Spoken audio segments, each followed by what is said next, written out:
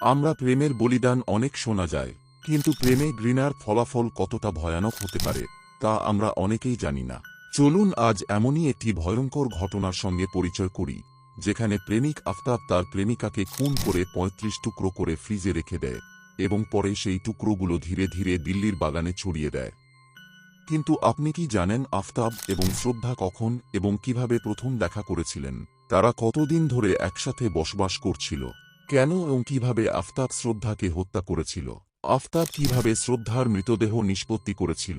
সবচেয়ে গুরুত্বপূর্ণ প্রশ্ন হল কিভাবে আফতাব শ্রদ্ধাকে হত্যা করার পর ৬ মাস ধরে পুলিশের হাতে ধরা পড়েনি। এই সময় আফতাব কি করেছিল এবং কিভাবে তাকে অবশেষে গ্রেপ্তার করা হয়েছিল এবং পুলিশি তদন্তে এ পর্যন্ত কি ঘটেছে? আসুন আমরা এই ভিডিওতে এই সমস্ত গুরুত্বপূর্ণ দিক নিয়ে আলোচনা করি এবং আপনাদেরকে মামলার সাথে সম্পর্কিত এমন তথ্য দেব যা কেউ আগে আপনাদেরকে বলেনি। বিশ্বাস করুন, বরাবরের মতো আমরা এই মামলার সাথে সম্পর্কিত কিছু রহস্য উন্মোচন করব যা আপনারা এখনও শোনেননি। সুতরাং ভিডিওটির শেষ পর্যন্ত থাকতে ভুলবেন না। যদি আপনি বাস্তব ঘটনা, সত্য অপরাধের গল্প এবং রহস্যময় অমীমাংসিত মামলার ভিডিও দেখতে পছন্দ করেন, তাহলে দয়া করে আমার ইউটিউব চ্যানেলটি সাবস্ক্রাইব করার কথা বিবেচনা করুন। আপনার একটি সাধারণ সাবস্ক্রাইব আমাদের এগিয়ে যাওয়ার জন্য সবচেয়ে বড় অনুপ্রেরণা। আপনার ভালোবাসা এবং সমর্থন আমাদের জন্য সবকিছু। চলুন শুরু করা যাক। প্রথমে এই গল্পের দুটি প্রধান চরিত্র সম্পর্কে জানা জরুরি। এই গল্পের খলনায়ক আফতাব, পুরো নাম আফতাব আমিন পুনাওয়ালা, বর্তমানে ২৮ বছর বয়সী। আফতাবের পরিবার মহারাষ্ট্রের ভাষায় বসবাস করত। এই ঘটনার কয়েক মাস আগে পর্যন্ত আফতাব মুম্বাইতে বসবাস করছিল। সে সেখানেই তার স্কুলিং এবং শিক্ষা সম্পন্ন করেছিল। আফতাবের হোটেল ম্যানেজমেন্টে একটি ডিগ্রি রয়েছে। এছাড়াও সে মুম্বাইয়ের একটি বড় 5 স্টার হোটেল থেকে শেফ প্রশিক্ষণও পেয়েছিল। সে সোশ্যাল মিডিয়ায় একজন সুপ্রশিক্ষিত শেফ হিসাবে পরিচিত। আফতাব একজন ফুড ব্লগার হিসাবে পরিচিত। এছাড়াও আফতাব দীর্ঘ সময় ধরে একটি কল সেন্টারে কাজ করেছিল। অন্যদিকে গল্পের শিকার শ্রদ্ধা সম্পর্কে বলতে গেলে তার পুরো নাম শ্রদ্ধা ওয়াকার। শ্রদ্ধা সেই সময় প্রায় ২৬ বছর বয়সী ছিল। শ্রদ্ধার পরিবার মহারাষ্ট্রের পালঘরে বসবাস করত। শ্রদ্ধার বাবা বিকাশ ওয়াকার কাছাকাছি একটি বাজারে একটি ছোট ইলেকট্রনিক্স দোকান চালান। তার মায়ের নাম ছিল সুমিন। শ্রদ্ধার একটি ২৩ বছর বয়সী ভাইও আছে। শ্রদ্ধার বাবা মায়ের সম্পর্ক খুব একটা ভালো ছিল না, তাই শ্রদ্ধার বাবা আলাদাভাবে থাকতেন। তখন শ্রদ্ধার মা উভয় সন্তানকে নিয়ে আলাদাভাবে থাকতেন। শ্রদ্ধা তার বাবার সাথে খুব কমই কথা বলতো। শ্রদ্ধা একটি ছোট শহরের একটি মধ্যবিত্ত পরিবারে জন্মগ্রহণ করেছিল, কিন্তু তার বড় স্বপ্ন ছিল। সেই স্বপ্ন পূরণ করতে তার পড়াশোনা শেষ করার পর শ্রদ্ধা পালার ছেড়ে ২০১৮ সালে মুম্বাইতে চলে আসে। এখানে সে মালাদে একজন বন্ধুর সাথে কয়েকদিন ছিল এবং একটি চাকরি খুঁজতে শুরু করে। শ্রদ্ধার গণমাধ্যমে একটি ডিগ্রি ছিল।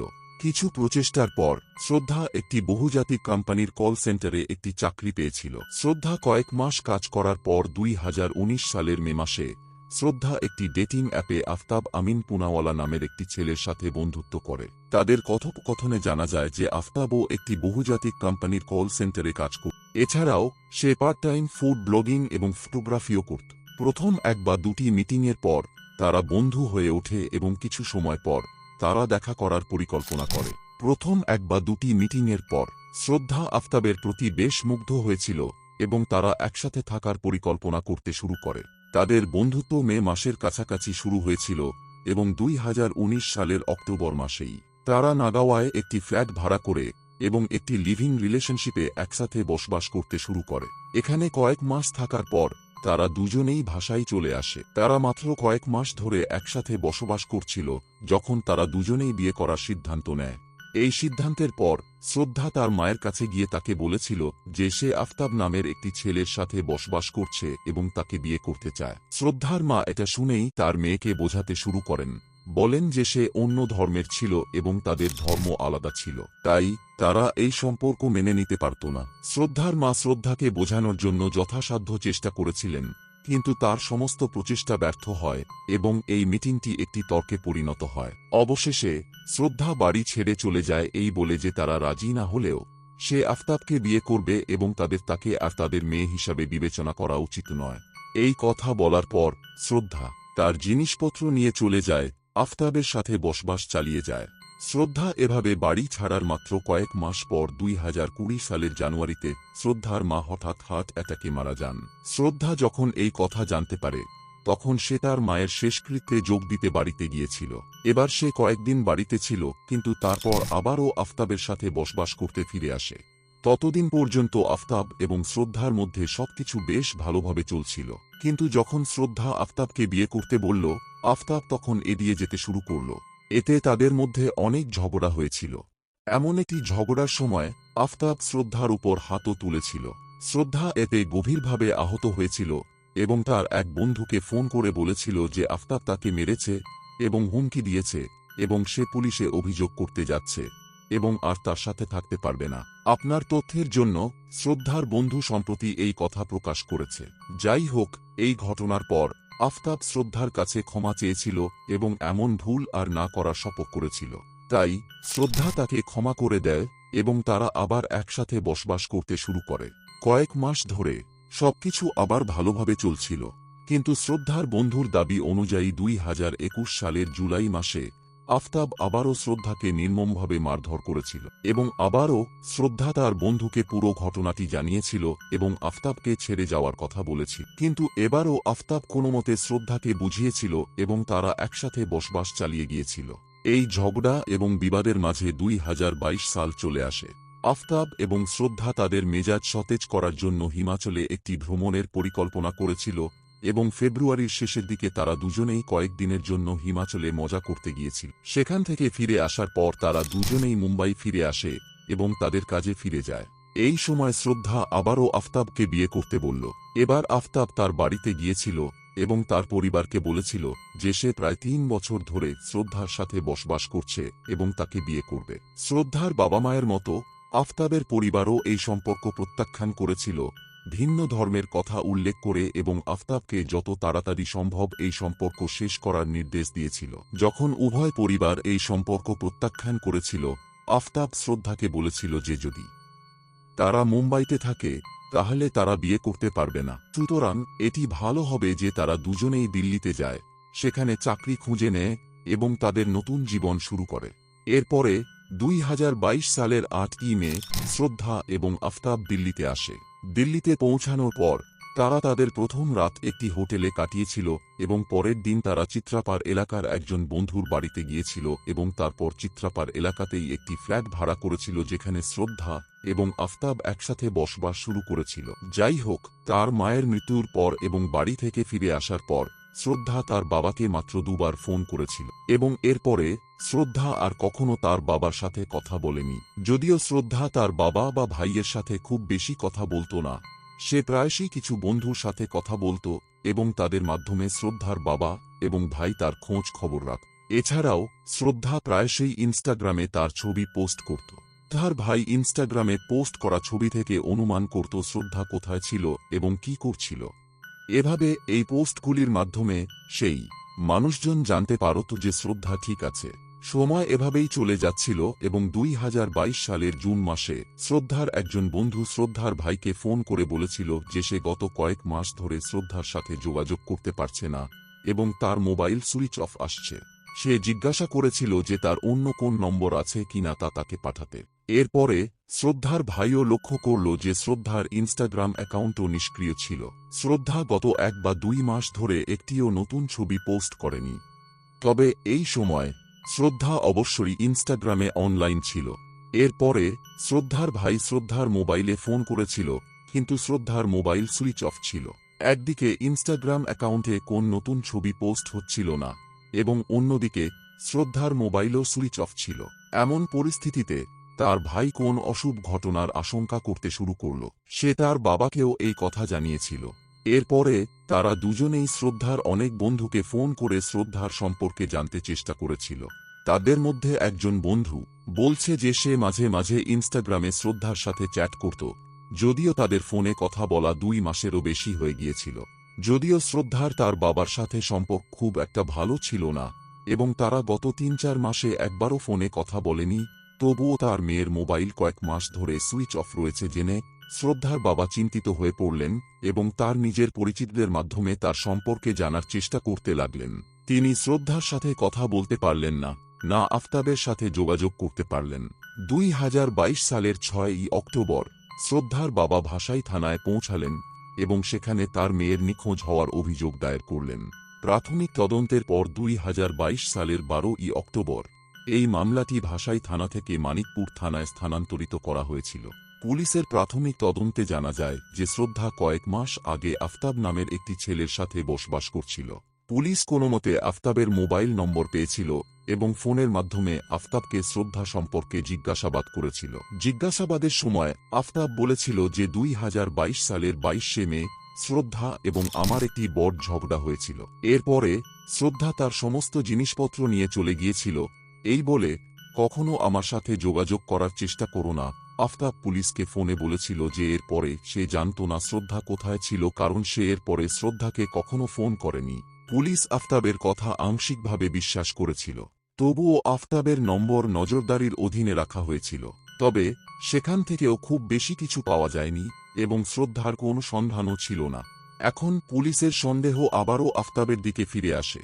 তাই 2022 সালের 3 নভেম্বর আফতাবকে আবারও দিল্লি থেকে মুম্বাই আসতে বলা হয়েছিল এবং থানায় হাজির হতে বলা হয়েছিল এবং আবারও এখানে জিজ্ঞাসাবাদ শুরু হয়েছিল।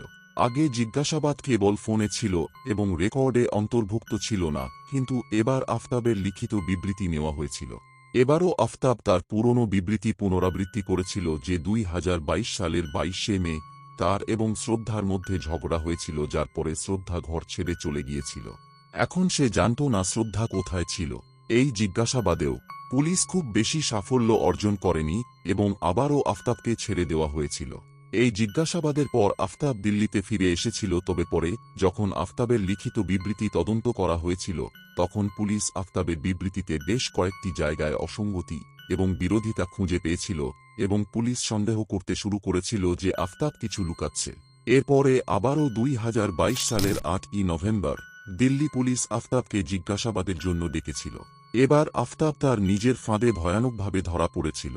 আসলে প্রথম দুটি জিজ্ঞাসাবাদে আফতাব বলেছিল যে 22শে মে তার শ্রদ্ধার সাথে একটি বড় বিতর্ক হয়েছিল এবং এমনকি এটি শারীরিক সংঘর্ষে রূপ নিয়েছিল। এরপরে 2022 সালের 22শে মে শ্রদ্ধা তার মোবাইল এবং কিছু পোশাক নিয়ে চলে গিয়েছিল। কিন্তু পুলিশি তদন্তের সময় একদিন পুলিশ জানতে পারল যে একদিকে আফতাব জিজ্ঞাসাবাদে বলেছিল যে শ্রদ্ধা 22শে মে তার মোবাইল নিয়ে চলে গিয়েছিল, যখন 2022 সালের 26শে মে শ্রদ্ধার ব্যাংক অ্যাকাউন্ট থেকে আফতাবের ব্যাংক অ্যাকাউন্টে একটি ব্যাংকিং অ্যাপ ব্যবহার করে শ্রদ্ধার মোবাইলের মাধ্যমে 52,000 টাকার একটি লেনদেন হয়েছিল।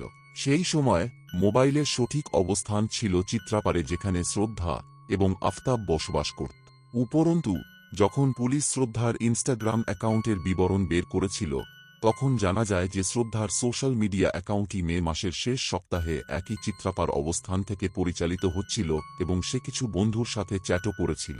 এছাড়াও 2022 সালের 31শে মে শ্রদ্ধা চিত্রাপাড় অবস্থান থেকে একজন বন্ধুর সাথে চ্যাটও করেছিল।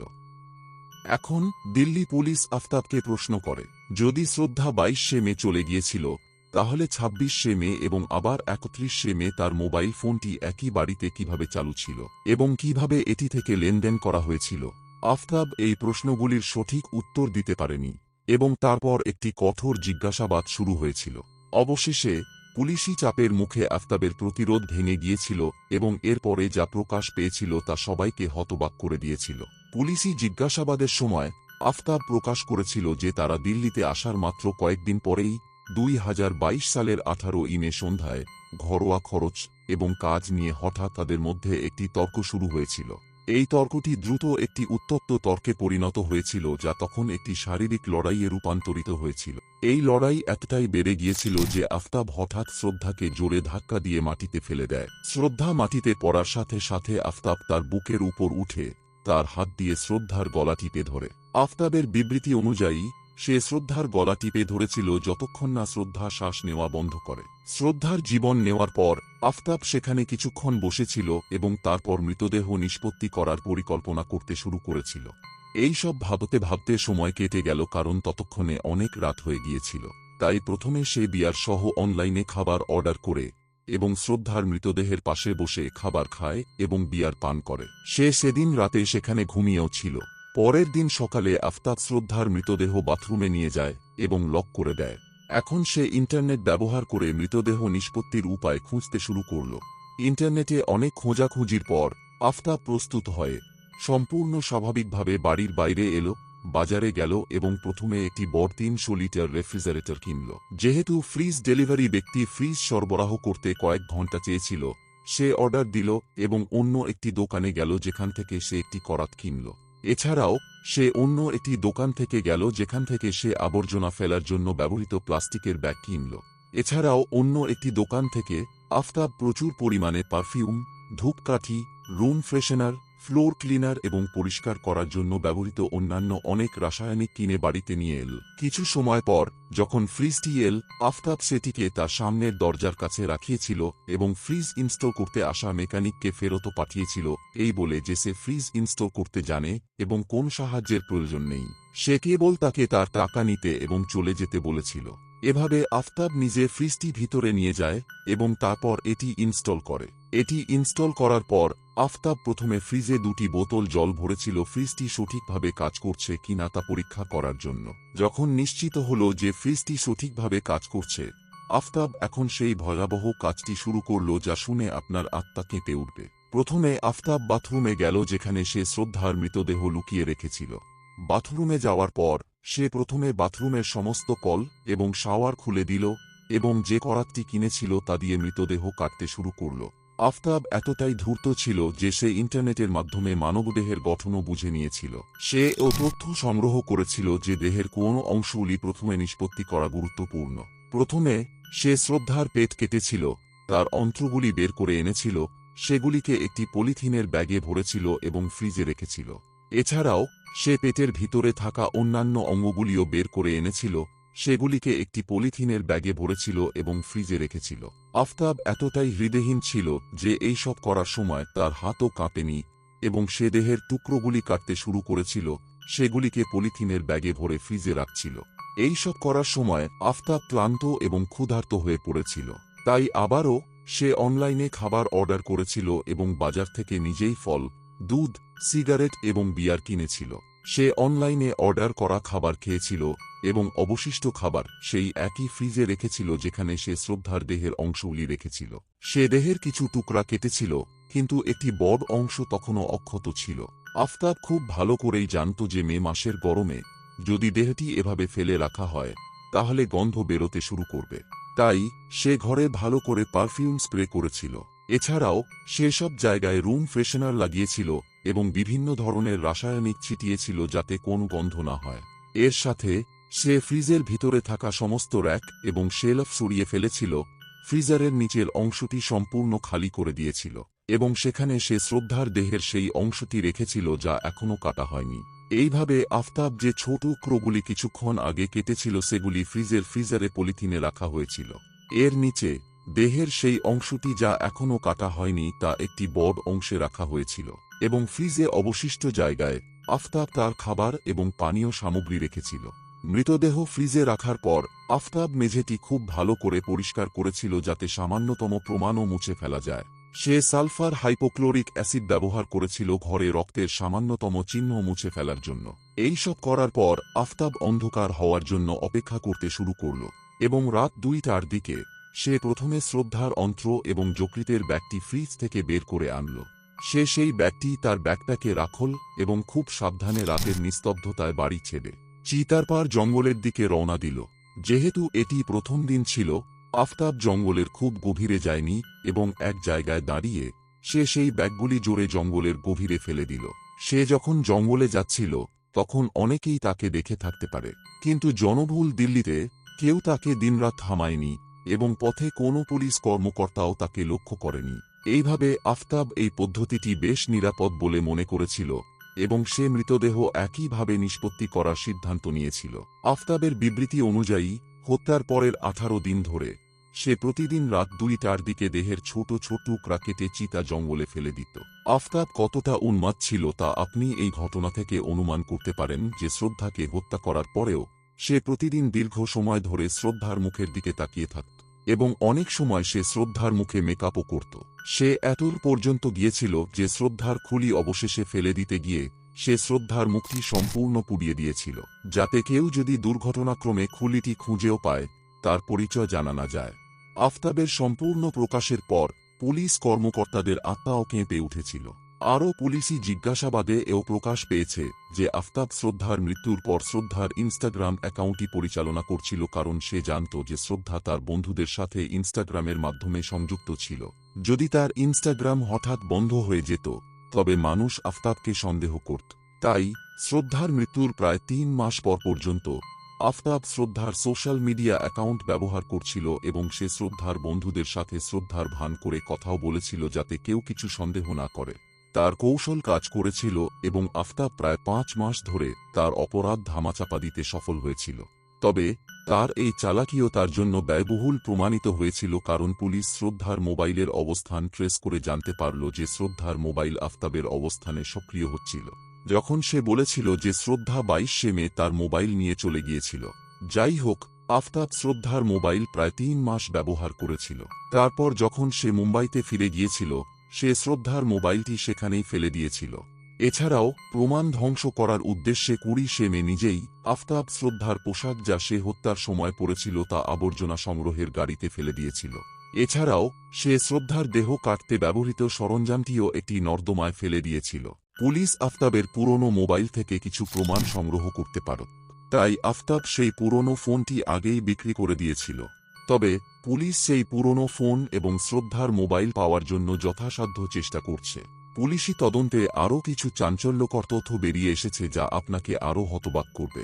একদিকে শ্রদ্ধার দেহের অংশগুলি বাড়ির ফ্রিজের ভিতরে রাখা হয়েছিল এবং অন্যদিকে এই সময়ে আফতাব একই ডেটিং অ্যাপ ব্যবহার করে অন্য একটি মেয়েকে ফাঁদে ফেলেছিল এবং তার সাথে বন্ধুত্ব করেছিল এবং তারপর তাকে তার ফ্ল্যাটে অনেকবার ডেকেছিল।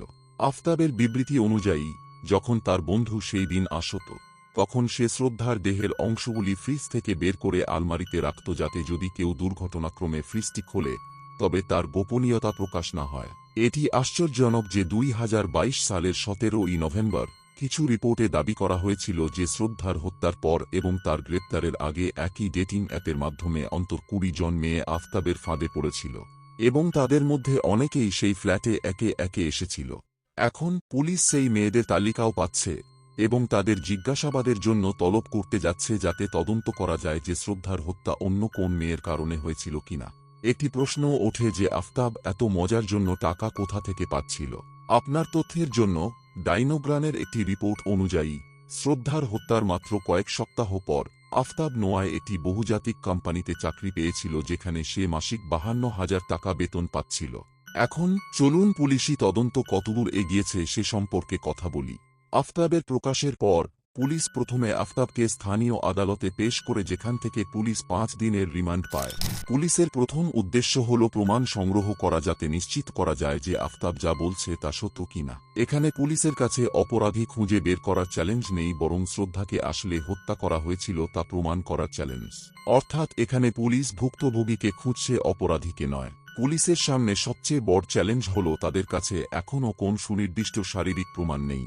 তবে পুলিশ আফতাবকে সেই এলাকায় নিয়ে গিয়েছিল যেখানে সে দেহের অংশগুলি ফেলেছে বলে দাবি করেছিল এবং গত ৩ এপ্রিল দিনের তল্লাশিতে পুলিশ পুরো এলাকা থেকে প্রায় ১৩টি হাড় সংগ্রহ করেছে এবং পরীক্ষার জন্য ফরেনসিক ল্যাবে পাঠিয়েছে। প্রথমে এটি প্রমাণ করতে হবে যে এই হাড়গুলি মানুষের কিনা। যদি এটি প্রমাণিত হয় তাহলে সেই নমুনাগুলির একটি ডিএনএ পরীক্ষা করা হবে যাতে নিশ্চিত করা যায় যে পাওয়া হাড়গুলি শ্রদ্ধার বাবার নমুনাও ডিএনএ পরীক্ষার জন্য নেওয়া হবে। অন্যদিকে পুলিশ এখনও সেই করাতটি খুঁজে পায়নি যা আফতাব শ্রদ্ধার টুকরোগুলি কাটতে ব্যবহার করেছিল। যদি সেই করাতটি খুঁজে না পাওয়া যায় তাহলে প্রমাণ দুর্বল হতে পারে। এছাড়াও পুলিশকে এও প্রমাণ করতে হবে যে শ্রদ্ধা সেই বাড়িতে ছিল যেখানে আফতাব হত্যার দাবি করেছিল। যাই হোক, যদি আমরা অবস্থান অর্থাৎ ডিজিটাল প্রমাণ বাদ দিই তাহলে পুলিশ এখনও একটিও শারীরিক প্রমাণ খুঁজে পায়নি যা প্রমাণ করতে পারে যে শ্রদ্ধা আসলে সেই বাড়িতেই মারা গিয়েছিল। আসলে আফতাব এতটাই ধূর্ত যে সে ইন্টারনেট থেকে ফরেনসিক তদন্ত সম্পর্কিত সমস্ত সূক্ষ্মতা বুঝে অ্যাসিড এবং ফ্লোর ক্লিনার ব্যবহার করে সমস্ত প্রমাণ ধ্বংস করে দিয়েছে। সেই বাড়িতে কেবল একটি জিনিস প্রমাণ হিসাবে অবশিষ্ট আছে এবং সেটি হল ফ্রিজ যেখানে আফতাব শ্রদ্ধার দেহের অংশগুলি রেখেছিল। তবে সমস্ত টুকরা নিষ্পত্তি করার পর আফতাব সেই ফ্রিজটিও খুব ভালো করে পরিষ্কার করেছিল। এই কারণে পুলিশ এখনও সেখান থেকেও খুব শক্তিশালী প্রমাণ খুঁজে পায়নি। তবে 2022 সালের 17ই নভেম্বর পুলিশ আফতাবের জন্য আরও 5 দিনের রিমান্ড পেয়েছে এবং আদালত নার্কো পরীক্ষার অনুমতিও দিয়েছে। এর সাথে আশা করা হচ্ছে যে পুলিশ শীঘ্রই কিছু নির্দিষ্ট প্রমাণ খুঁজে পাবে যা আফতাবকে সম্ভাব্য কঠোরতম শাস্তি নিশ্চিত করবে। আমরা কেবল আশা করতে পারি যে আফতাব এমন কঠোর শাস্তি পাবে যা এমন একটি কাজ করার কথা ভাবতেও কাউকে শিহরণ জাগিয়ে তুলবে এবং অন্য কোন শ্রদ্ধা টুকরো টুকরো হবে না। বন্ধুরা, আপনার মতে আফতাবের কি শাস্তি হওয়া উচিত? দয়া করে মন্তব্য বাক্সে আমাদের জানান। যদি আমাদের প্রচেষ্টা আপনার পছন্দ হয়ে থাকে তাহলে দয়া করে এই ভিডিওটি লাইক এবং শেয়ার করুন যাতে মানুষও এই ভয়ঙ্কর গল্পটি জানতে পারে এবং একটি অশুভ ঘটনা ঘটার আগে নিজেদের বা তাদের প্রিয়জনকে রক্ষা করতে পারে। যদি আপনি এখনও এই চ্যানেলটি সাবস্ক্রাইব না করে থাকেন তবে দ্রুত চ্যানেলটি সাবস্ক্রাইব করুন এবং বিজ্ঞপ্তি চালু করতে বেল আইকনও টিপুন যাতে আমরা নতুন ভিডিও আপলোড করার সাথে সাথে আপনি তাৎক্ষণিক তথ্য পান। অপরাধ জগতের সাথে সম্পর্কিত এমন সত্য গল্পের জন্য আমাদের সাথে সংযুক্ত থাকুন।